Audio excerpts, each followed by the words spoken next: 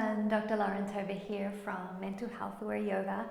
I am here in my new recording studio. It's not quite finished yet. It was supposed to be finished about 3 months ago, and I have been holding off on creating any more of these talks before the studio was finished, but it has taken so much longer than I anticipated. So I decided to jump down here when the builders aren't here and record this for you anyway. So the sound is going to be a little bit echoey because it's still not finished. I'm surrounded by paint tins and plastic, floor covering and dirt and dust everywhere, but I really wanted to share this with you today, so I decided to jump in anyway. Now, we've had quite a few questions that have been coming into the Mental Health Aware Yoga Facebook group.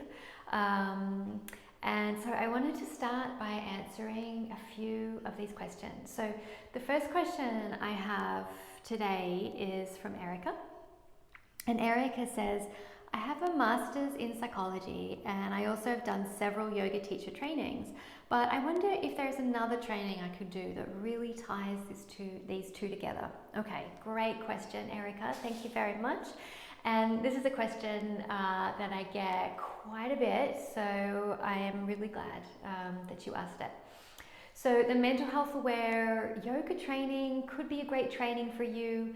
We really integrate the worlds of yoga and psychology, bringing them together. And in fact, we've had loads of psychologists that have taken the training, the in-person training and the online training, and have really told me that they found a lot of benefit from the course and have found a way that they can bring these two often quite separate worlds together in a really seamless way. So let me give you a little bit more detail. So in the mental health aware yoga training, there are 6 pillars. Now the first and the 6th pillar are probably areas that there's not going to be a lot of new information in there for you. The first one is Western psychology.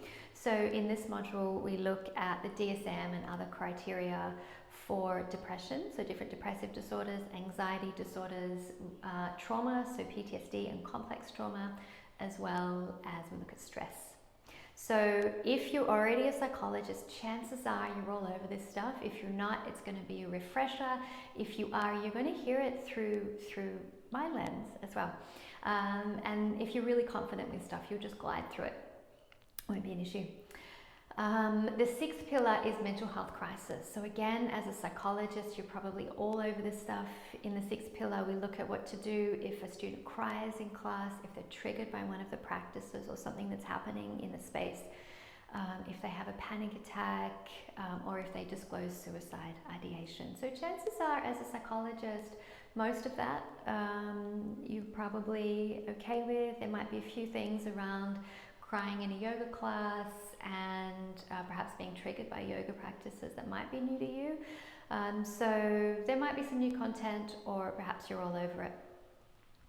The real gems are going to come from the other 4 pillars. So the 2nd pillar is yogic psychology. So this is where we tie the theory of Western psychology and yogic psychology together. So we're going to look at mental health through the lens of through a yogic psychology lens, and this is where it's going to really tie it all together beautifully for you. And then we're going to tie it together really practically with the yogic practices section. So we're going to learn all these different practices, basically, if in psychology speak, for up and down regulating the nervous system. So we're going to support our students to cultivate sattva by teaching them practices through reducing rajas and reducing tamas, so up or down, regulating the nervous system. So you'll learn asana, pranayama, meditation, and other practices to really support your students to regulate their emotions and their nervous system. Now the other elements are creating a safe container and therapeutic skills. So as a psychologist, I bet you're really good at creating a safe container in the counseling space. In the mental health aware yoga training, you're going to really learn how to hold a safe container in the yoga space. So whether that's one-on-one with your students, or whether that's in a big group or a small group of students, really looking at those components of holding a safe and nourishing container for your students in a yoga situation. And we also look at therapeutic skills as well. So how can we, yoga isn't therapy. If you're already a psychologist, you will probably bring therapeutic component, you may or may not, to your classes. But in the mental health aware yoga training, we learn how to bring therapeutic skills into a yogic context.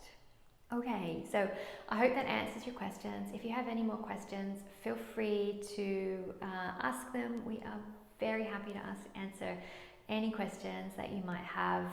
Really, this training brings together everything I've learned about yoga and psychology over the past, I think I've been doing this stuff for nearly 20 years, bringing it together in what I hope is an elegant and seamless way. So I do hope that you can join me for the training.